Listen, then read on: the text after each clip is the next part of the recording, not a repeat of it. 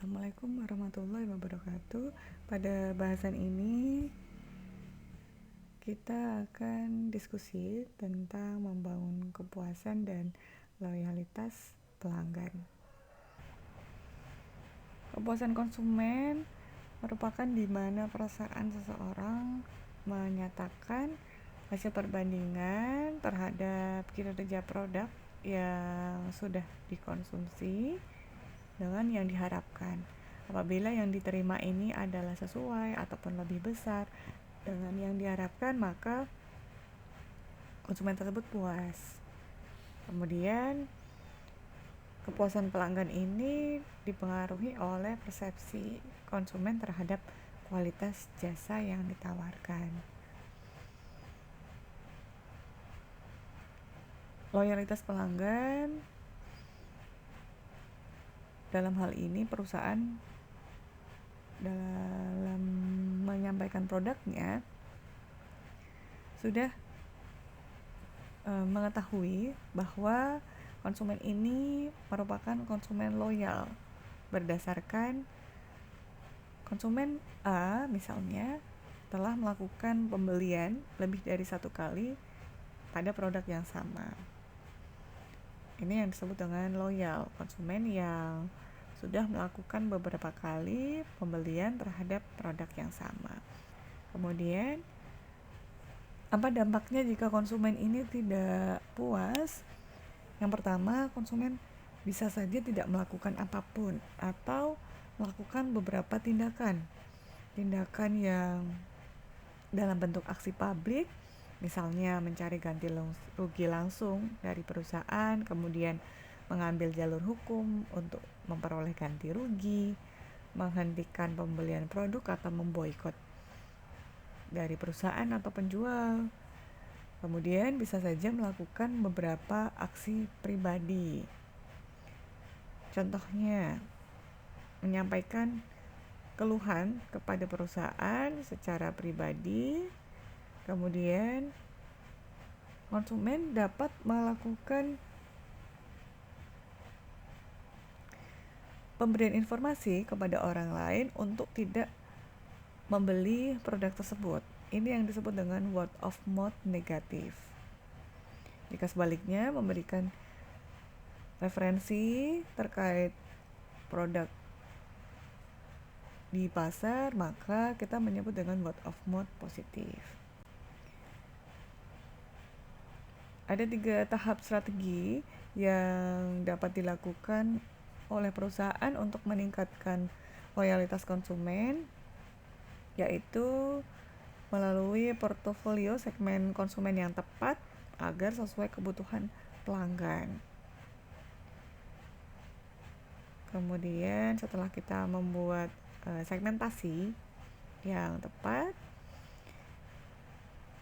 kita juga harus meningkatkan ikatan loyalitas dengan cara cross-selling dan bundling. Kemudian mengurangi faktor yang menyebabkan hilangnya konsumen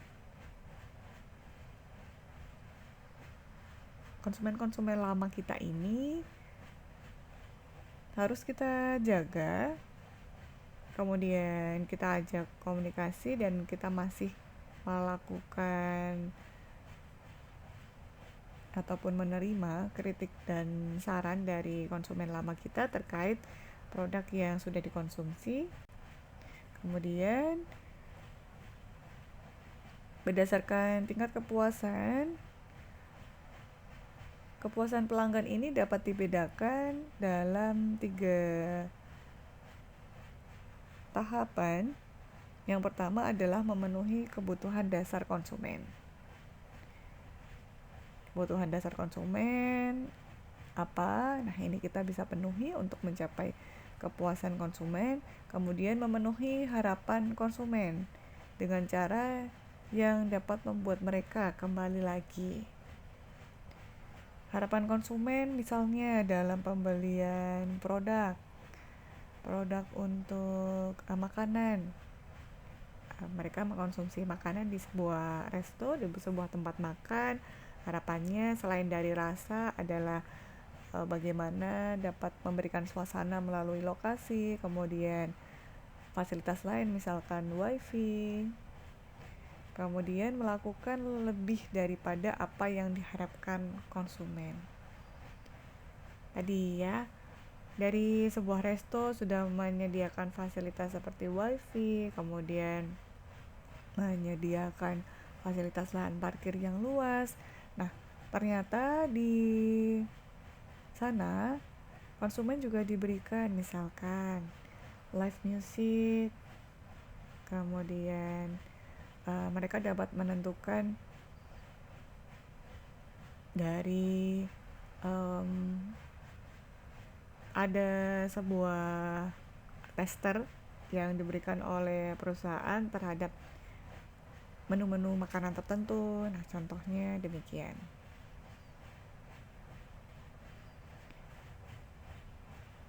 Berikutnya adalah bagaimana mengembangkan hubungan konsumen.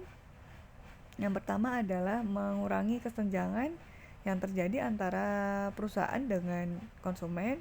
Misalkan kita melakukan riset dengan penyebaran kuesioner terkait produk kita dan kepuasan yang mereka dapatkan. Kemudian perusahaan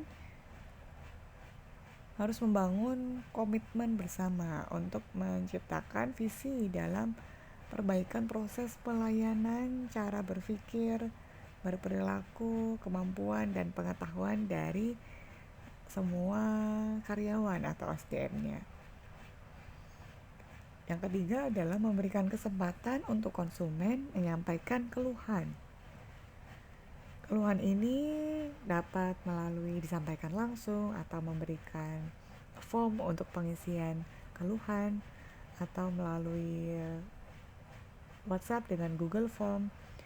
Yang keempat ini adalah mengembangkan dan menerapkan partnership yang accountable, proaktif, dan partnership marketing sesuai dengan situasi pemasaran.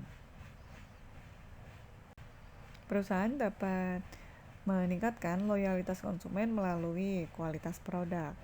Nah, kualitas produk ini dapat ditingkatkan oleh perusahaan agar konsumen tertarik untuk melakukan pembelian ulang ataupun memberikan rekomendasi kepada orang lain. Kemudian berikutnya adalah promosi. Promosi yang dapat memberikan impact persuasif kepada konsumen untuk aware terhadap produk kita, kemudian interest untuk mencoba produk. Ini juga perlu dilakukan agar konsumen setelah mencoba, kita akan menyiapkan untuk promosi berikutnya agar konsumen kita ini menjadi loyal dalam mengkonsumsi suatu produk.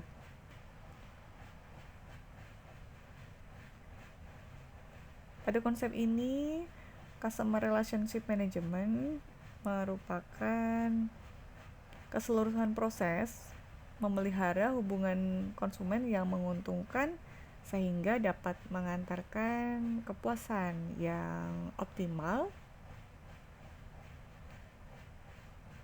Pada CRM ini, customer relationship management, manfaatnya adalah untuk meningkatkan income perusahaan, kemudian meningkatkan loyalitas konsumen, meningkatkan efisiensi untuk kegiatan operasional, dan peningkatan time to market.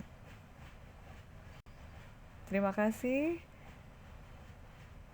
Semoga senantiasa bermanfaat untuk kita. Wassalamualaikum warahmatullahi wabarakatuh.